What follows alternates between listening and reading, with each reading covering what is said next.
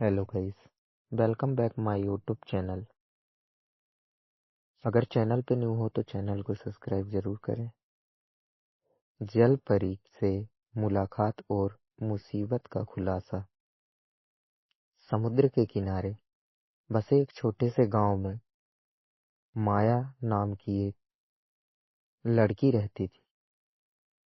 उसकी उम्र लगभग 13 वर्ष की थी और उसका दिल समुद्र की लहरों के साथ धड़कता था।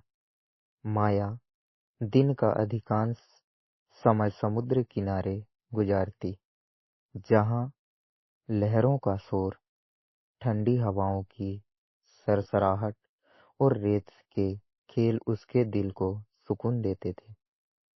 समुद्र के प्रति उसका यह प्यार उसकी माँ से विरासत में मिला था, जो कहानियाँ सुनाते हुए उसे समुद्र के रहस्यों के बारे में बताती थी। एक दिन माया हमेशा की तरह समुद्र किनारे टहल रही थी। अचानक उसे एक अजीब सी आवाज सुनाई दी, जो समुद्र की लहरों से अलग थी। वह चौकन्नी हो गई और इधर-उधर देखने लगी। तभी उसकी नजर समुद्र की गहराई में चमकती हुई चीज पर पड़ी। वह चमक इतनी तेज थी कि माया की आंखें चौंधिया गईं। उसने ध्यान से देखा तो उसे पता चला कि वह कोई साधारण चीज नहीं बल्कि एक जलपरी थी। जलपरी का नाम रानी था। रानी बहुत ही सुंदर और अद्भुत दिख रही थी, लेकिन उसकी आंखें में एक अजीब सा डर और उदासी थी। माया ने उससे बात करने की कोशिश की। रानी ने धीरे धीरे माया को बताया कि वह समुद्र की रानी है, लेकिन वह एक बुरी चुड़ैल के जादू में फंसी हुई है। चुड़ैल ने उसकी सारी शक्तियां छीन ली थी और उसे तब तक के लिए कैद कर दिया था जब तक वह एक विशेष जादुई मोती को नहीं ढूंढ लेती। यह मोती ही उसकी खोई हुई शक्तियों को वापस ला सकता था। रानी ने माया से मदद की गुहार लगाई। उसने कहा कि अगर वह उसकी मदद नहीं करती तो समुद्र और उसमें रहने वाले सभी प्राणी खतरे में पड़े जाएंगे। माया, जो स्वभाव से दयालु और सहायती थी, ने तुरंत मदद करने की ठानी। उसे पता था कि यह आसान नहीं होगा, लेकिन समुद्र के प्रति उसका प्रेम और रानी की आंखों में झलकता दर्द उसे इस मुसीबत से लड़ने के लिए प्रेरित कर रहा था। माया ने अपनी यात्रा शुरू करने से पहले रानी से पूछा कि इस जादुई मोती को ढूंढने के लिए उसे कहाँ जाना होगा। रानी ने उसे बताया कि मोती एक प्राचीन जल मंदिर में छिपा हुआ है, जो समुद्र की गहराइयों में स्थित है, लेकिन वहां तक पहुंचना बेहद खतरनाक है, क्योंकि चुड़ैल ने वहां कई राक्षसों को जलों को स्थापित कर रखा है ताकि कोई उस मोती को ना पा सके। माया ने अपनी तैयारियां शुरू की। उसने अपने दिल में डर को दबाकर साहस को अपने साथ लिया और समुद्र की गहराइयों में उतरने के लिए तैयार हो गई। उसे पता था कि यह यात्रा उसकी जिंदगी की सबसे बड़ी परीक्षा होगी, लेकिन उसे इस बात का भी एहसास था कि यह उसकी किस्मत है जो उसे इस दिशा में खींच रही है। जैसे ही माया ने समुद्र में कदम रखा, उसे एक ठंडी लहर ने घेर लिया। उसके पैर रेत में धंसने लगे, लेकिन उसने अपनी यात्रा जारी रखी। रास्ते में उसे कई तरह के समुद्री जीव मिले जो उसे घूर रहे थे, जैसे वे उसकी परीक्षा ले रहे हों। लेकिन माया बिना रुके आगे बढ़ती रही। उसका हृदय तेजी से धड़क रहा था और उसकी सांसें तेज हो रही थीं, लेकिन उसकी आंखों में एक अटल विश्वास था। समुद्र की गहराई में जाते हुए माया ने एक अंधेरी गुफा देखी। यहाँ वही जगह थी जिसका रानी ने जिक्र किया था। गुफा के अंदर घुसते ही माया को एक भयंकर आवाज सुनाई दी। यहाँ किसी राक्षस की गुर्राहट थी जो उस गुफा की रखवाली कर रहा था। माया ने अपने दिल को मजबूत किया और गुफा के अंदर बढ़ गई। अचानक एक विशाल काया आकृति उसके सामने प्रकट हुई। यह गुफा का प्रहरी था, एक विशालकाय राक्षस जो मोती की रक्षा के लिए खड़ा था। माया ने उसकी आंखों में झांका और देखा कि वह उसकी ओर बढ़ रहा था। अब माया के सामने दो ही विकल्प थे, या तो वह पीछे हट जाए और रानी को बचाने की उम्मीद छोड़ दे, या फिर वह उस राक्षस का सामना करे और मोती को हासिल करने की कोशिश करे। माया ने दूसरी राह चुनी। उसने अपनी सांसों को नियंत्रित किया और उस राक्षस का सामना करने के लिए तैयार हो गई। उसके पास कोई हथियार नहीं था, केवल उसका साहस और रानी के प्रति उसकी वचनबद्धता थी। राक्षस की ओर बढ़ते हुए माया ने देखा कि राक्षस की आंखें उसकी ओर टिकी थीं, जैसे वह उसके दिल की ताकत को माप रहा हो। माया की यात्रा अब अपने सबसे कठिन चरण में प्रवेश कर चुकी थी। समुद्र की गहराइयों में उतरते हुए उसे अजीब-अजीब आवाजें सुनाई देने लगीं, जैसे कोई उसे रोकने की कोशिश कर रहा हो। लेकिन माया अपने संकल्प में दृढ़ थी। उसे हर हाल में रानी को बचाना था और मोती को ढूंढना था।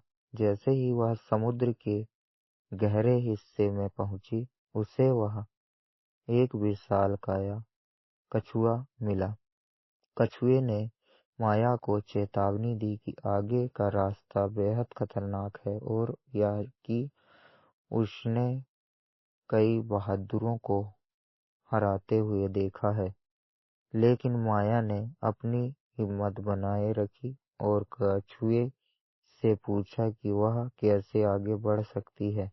कछुए उसकी हिम्मत और दृढ़ता से प्रभावित हुआ और उसने माया को एक जादुई शंख दिया जो किसी भी खतरे के समय उसकी मदद कर सकता था। माया ने कछुए का आभार व्यक्त किया और अपनी यात्रा जारी रखी। कुछ ही समय बाद माया ने दूर से चुड़ैल का महल देखा। वह महल इतना डरावना और अंधकारमय था कि उसकी ओर देखने से ही डर लगता था। महल के चारों ओर काले बादल मंडरा रहे थे और महल के द्वार पर दो विशाल राक्षस पहरेदारी कर रहे थे। माया ने शंख को संभाला और अपनी बुद्धिमानी से रास्ता निकालने की कोशिश की। उसने सोचा कि यदि वह सीधे राक्षसों का सामना करेगी तो शायद वह महल के अंदर प्रवेश नहीं कर पाएगी। माया ने शंख बजाया और उसकी ध्वनि से एक रहस्यमय धुआं फैल गई। धुआं ने महल के राक्षसों को भ्रमित कर दिया और माया बिना किसी परेशानी के महल के अंदर प्रवेश कर गई। अंदर उसे चारों ओर अजीब और डरावने चित्र नजर आए जो चुड़ैल की शक्तियों का प्रतीक थे। लेकिन माया ने अपने मन को शांत रखा और मोती की खोज में आगे बढ़ी। महल के अंदर कई रहस्यमय और खतरनाक जगह थी। माया ने उन जगहों को पार करते हुए आखिरकार उस कक्ष तक पहुंच गई जहां जादुई मोती रखा हुआ था। वहां मोती एक चमकदार पत्थर के अंदर सुरक्षित था, जिसे सिर्फ एक शुद्ध हृदय वाला व्यक्ति ही छू सकता था। माया ने जैसे ही उस पत्थर को छुआ, मोती उसकी हथेलियों में आ गया। लेकिन तभी चुड़ैल वहां प्रकट हो गई। उसकी आंखों में क्रोध की लपेट जल रही थी। उसने माया को धमकाया कि अगर उसने मोती लौटाया नहीं तो उसकी जान खतरे में पड़ जाएगी। माया ने चुड़ैल को समझाने की कोशिश की, लेकिन चुड़ैल ने उसकी बातों को अनसुना कर दिया और उस पर हमला करने की कोशिश की। माया ने तुरंत शंख को बजाया और शंख की ध्वनि से ने चुड़ैल की शक्तियों को कमजोर कर दिया। माया ने अपने दिमाग की तेजी से काम लिया और एक तरकीब निकाली। उसने चुड़ैल को चकमा दिया और महल के बाहर भाग गई। बाहर निकलते ही माया ने मोती को सुरक्षित अपने पास रखा और समुद्र की लहरों का सहारा लेते हुए वापस रानी के पास पहुंची। रानी ने माया को देखकर खुशी से उसकी तारीफ की और उसे गले से लगा लिया। माया ने मोती रानी को सौंप दिया और जैसे ही रानी ने उससे कछुआ, उसकी सारी शक्तियां वापस आ गई। रानी अब पहले से भी अधिक शक्तिशाली हो चुकी थी। रानी ने माया की हिम्मत और दयालुता के लिए उसका धन्यवाद किया और उसे वरदान दिया। माया को समुद्र की अनंत शक्तियों का अनुभव हुआ और उसे रानी ने एक विशेष मोती उपहार में दिया जो उसे जीवन भर सुरक्षित रखेगा। उसके अलावा माया को रानी ने समुद्र के सभी रहस्यों और जीवों के साथ मित्रता का वादा भी किया। माया और रानी ने मिलकर समुद्र की